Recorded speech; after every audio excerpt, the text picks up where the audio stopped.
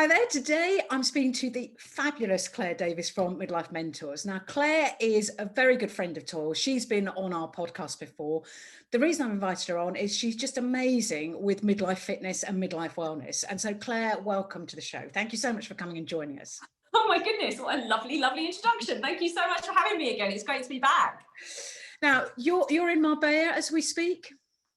We're in Marbella. We were locked down in London the first time. And as much as it is our spiritual home, I know it sounds crazy, we are city dwellers. I love London, but our flat in London is like a postage stamp. So we were like, I'm not going to get locked down there again. If we do, we'll move to Marbella for 6 months. So I think it was quite a good move. None of us are jealous. Now, we are here because you are part of our New Year, New You series. And obviously, January is a time when so many people start talking about how they want to get fit, how they want to lose weight, particularly as there's been such a thing about lockdown weight gain. And so I wanted to talk to you not about the physicality of how to do it, because we all know roughly how to diet and how to exercise, if that's what we're going to do. I wanted to talk to you much more about the mental state of mind that we get ourselves into in order to do this successfully. And you and I have been having a little chat about this. And I want you to tell me what you think, in your experience, stops us most trying to achieve what we need to achieve in terms of physicality. So I love this topic. So you know I do. We've seen each other's kind of posts and we speak before. It's such a passion of mine to talk about the fact that it's mindset. It is mindset, mindset, mindset. I always say to everyone, and including me in this, it's anything you want in life is 80% mindset, 20% doing. Yes. If you lock on and you do the mental reps, that's what I say. It's okay doing the active reps, but actually if you do the mental reps to get you towards where you want to go, you are onto a winner, because this is the one that rules the show, right? It's the one that creates self-sabotaging behavior. It's the one that creates the inner critic. So if you're saying to me, you know, what is it that the mindset stuff that I truly believe it's a whole, we could talk about this for 2 hours plus. But if it was one thing, I would say that it's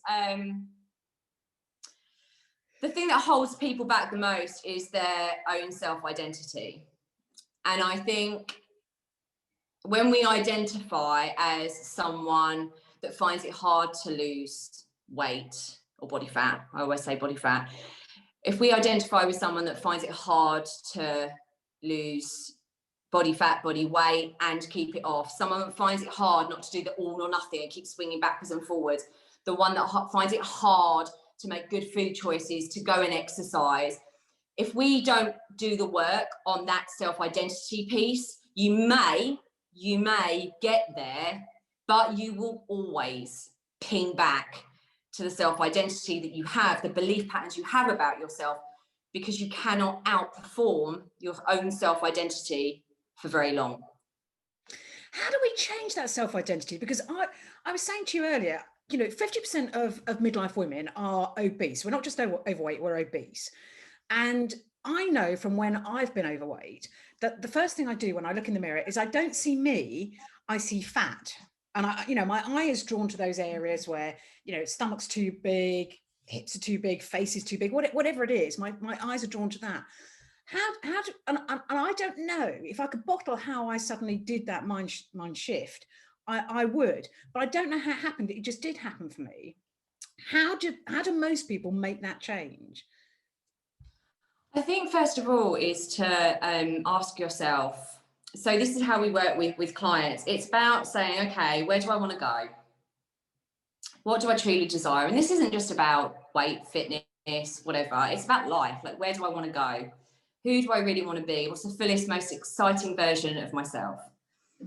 And then actually thinking, what beliefs would I need to have about myself in order to be, do, and have what that person be, does, and has? So what would I need to believe about myself to have that and become that? And then actually think, okay, I've got those down, but what do I actually believe about myself now? So here's the thing, the most powerful, potent part of any change is awareness. So if we keep denying, if we haven't got the courage and the strength to look at what our patterns of behaviours are and actually look at those and dive into those, so it can be very, very scary, because as we've said before, underlying all of that is an area of pain.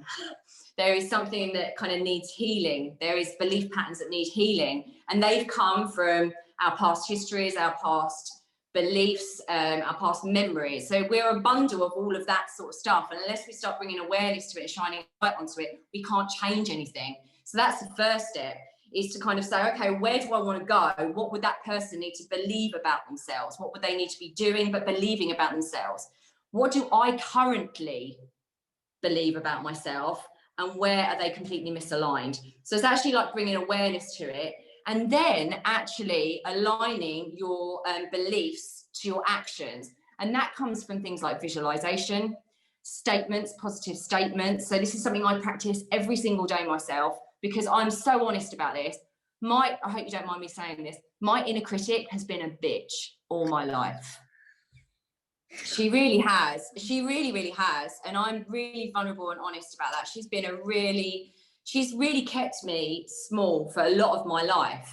And actually bringing awareness to that, and self-love and self-compassion, has come through me doing this mindset stuff. It can't come otherwise. So it's the visualizations, it's the positive statements, it's looking in the mirror and you going, that's you inner critic going, I'm fat, yeah. I'm fat, okay? But instead, over time, repeating positive statements to yourself, instead of looking at yourself in the mirror, you will hear the inner critic go, I'm fat, but go, I'm enough. I'm enough. Here's the other thing I found. I think most of us who overeat, we overeat because we don't want to sit with the hard feelings.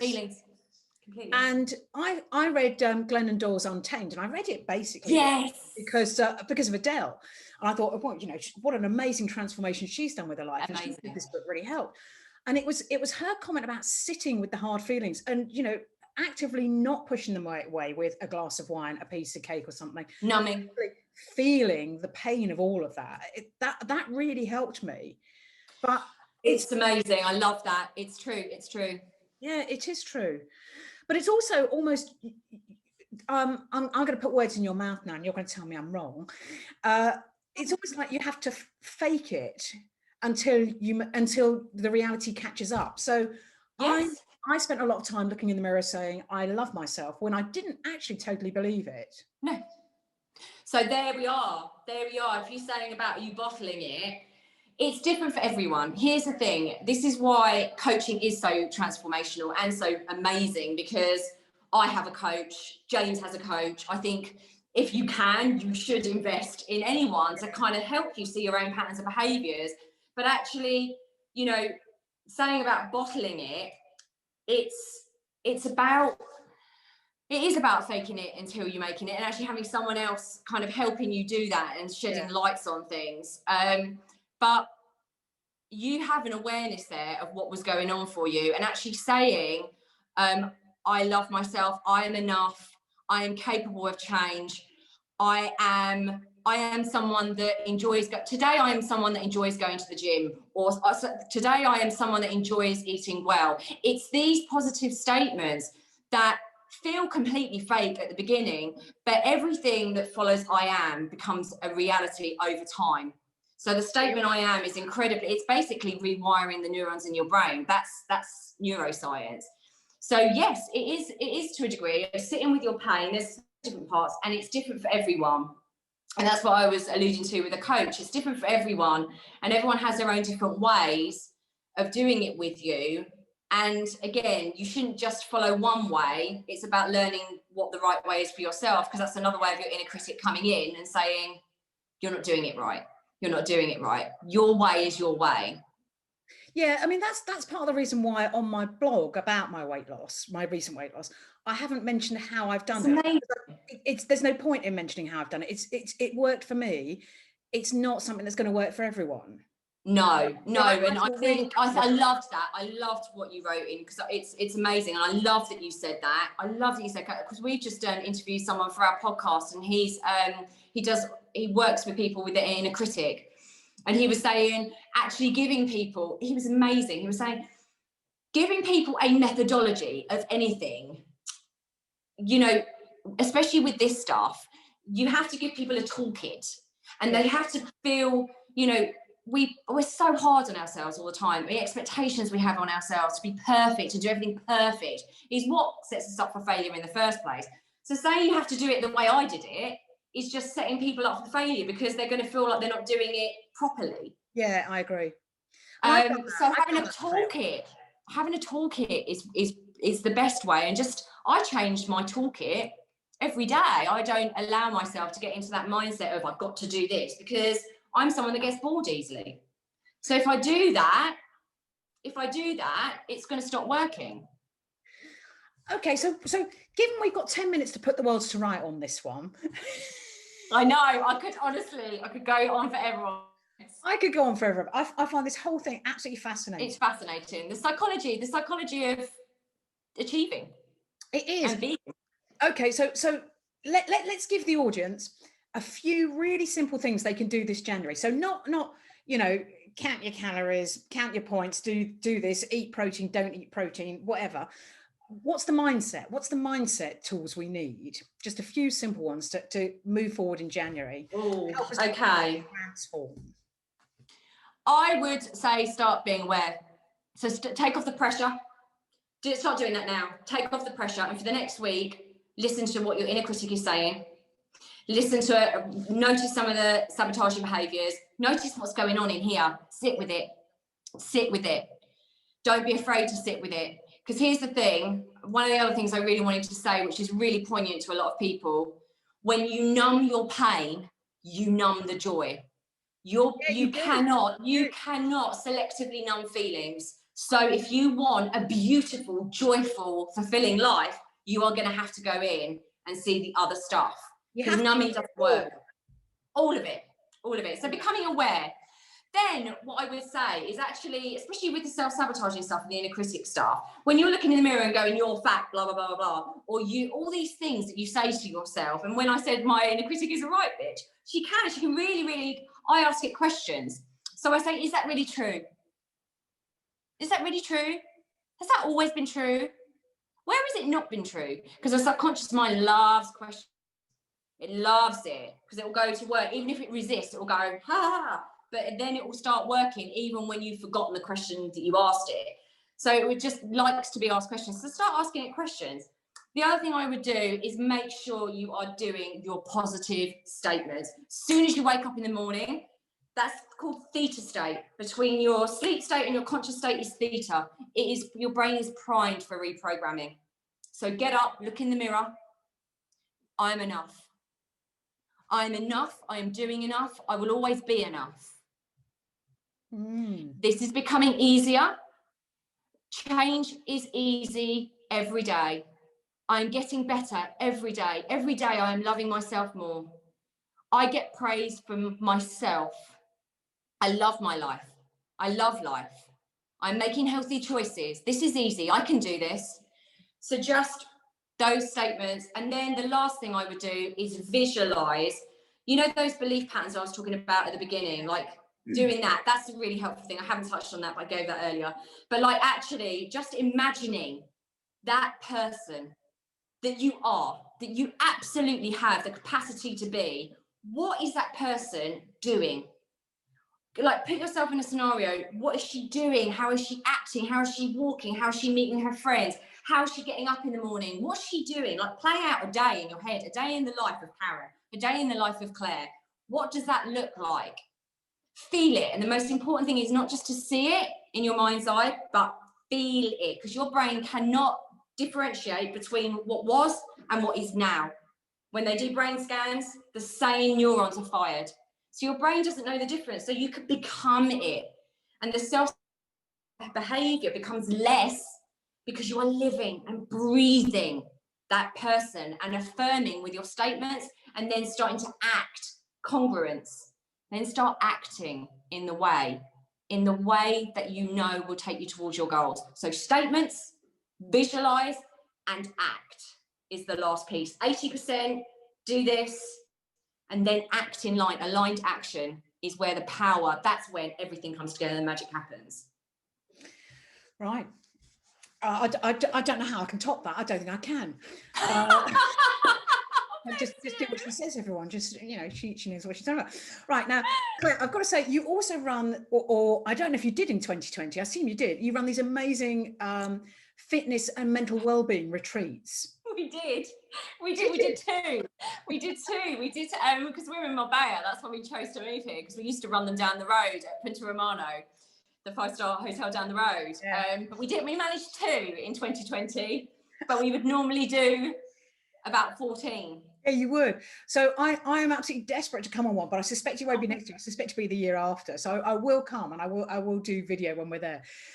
So how can people get in contact with you in 2021? What are you offering in 2021? In 2021, we are offering, so our 8-week midlife method program is a holistic approach to midlife health and happiness, basically. So it's all the mindset strategies that we've just talked about. Yeah. It's all the actual exercise, but bespoke and programmed for you, because that's where a lot of midlifers go wrong. They're trying to follow a bog standard program. And then all the nutrition coaching through it. So that's an 8-week program that is just getting amazing. It's all online, because that's the world we're in. Yeah. And it's just getting the most phenomenal results. Like, for me and James to see how people are coming out at the end of that program is just amazing. And the most powerful stuff is the mindset stuff, because we've got all our psychology backgrounds and it's jam-packed with all that stuff. So they can get in touch with, they can find out about that. And we do free stuff as well. So you can find stuff out, all about us, on www.themidlifementors.com. That's the best way to get in touch with us, really. And then we're just giving loads of free content and free value to help people enter 2021 in control, steering the ship of their life, and making sure that, you know, it's a life that they love. Yeah, I've got to say, Claire, I love what you do. And I love the fact that I see so many people who just say, we're just going to do fitness, we're just going to do diet, but they don't get that it's that. It's yes. All, and they don't get how deep it is by the time you get to midlife, that all these things are just rolling around your brain. Exactly. It's just so embedded, you know, it's so ingrained, and it's so hard to unpick. And more people need to go out there and be vulnerable and say, like, it's really hard. I mean, I share so much of my story. Yeah, you do. Because I never want anyone to think, look at me and go, oh God, she's got it sorted and it was easy for her. It was, and it still is hard. It is hard work. The mental reps are the hardest bit. Yeah, and here's why I love Glennon Doyle, because she just says this is hard. And she did a post recently, I don't know if you saw it, it's saying, you are, you know, I don't know why you're looking at me, you're the one following a depressed motivational speaker who can't get out of bed. And you think, amazing, right? And Brené Brown, like how she came into it. And there are so many really wonderful, inspiring women out there now in our age bracket. Yeah, there are. Oh my goodness, that just say it how it is. And in a world of comparison and highlight reels constantly, we need women to say, I struggle. You know, like yesterday was a terrible day for me. You know, there was stuff that came up, life threw me some bits and bobs. And I was like, oh, can't be bothered to do the mindset stuff. But I did. And it's when you stop stopping. I always say to people, just stop stopping, whether it's fitness, whether it's anything, just do something every day, but just don't stop, because that gives your subconscious mind another excuse to tell you that you're a failure, you're terrible, and you're blah, blah, blah. Just stop stopping. For me, Claire, you are one of those inspirational women. I think what you do is amazing. I absolutely love your work. I think it's incredible and so valuable.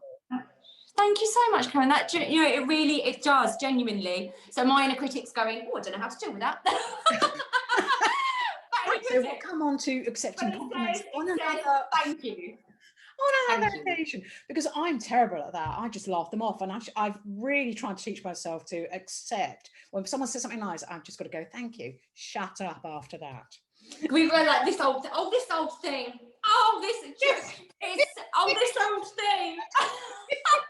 You're like, no, thank you very much. Thank you. No problem at all. Thank you for having me on here again. It's such a pleasure. And I love it when we get to woman and women to speak about this stuff, because it's so, so important that we know we're not alone. So important. Claire, thank you so much. Have an amazing 2021. I hope you'll come back and see us again. I will, absolutely. I hope you have me. Thank you so much, Karen. Cheers. Thank you. Take care.